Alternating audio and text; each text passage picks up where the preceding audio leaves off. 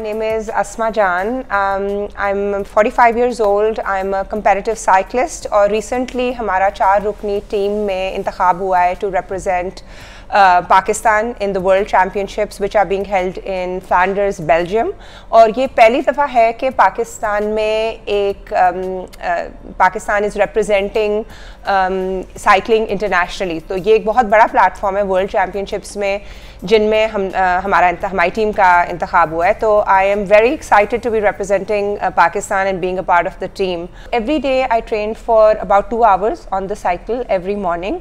और शाम को मैं एक बूट कैंप भी करती हूँ जिसमें मेरी वेट ट्रेनिंग होती है. तो ट्रेनिंग में तो कोई there is no way you can get out of training के बगैर तो कुछ नहीं होता. I am much older and I have more experience and I am 45 years old. I want to use this definitely to my advantage. मेरी physical fitness में कोई किसी भी किस्म की खामी नहीं है. माशाल्लाह अल्लाह मियाँ ने मुझे ये सलाहियत दी है कि I am physically very fit. And if you're physically and mentally fit, which is a great gift from God, then I don't see any reason why I should hold age against me.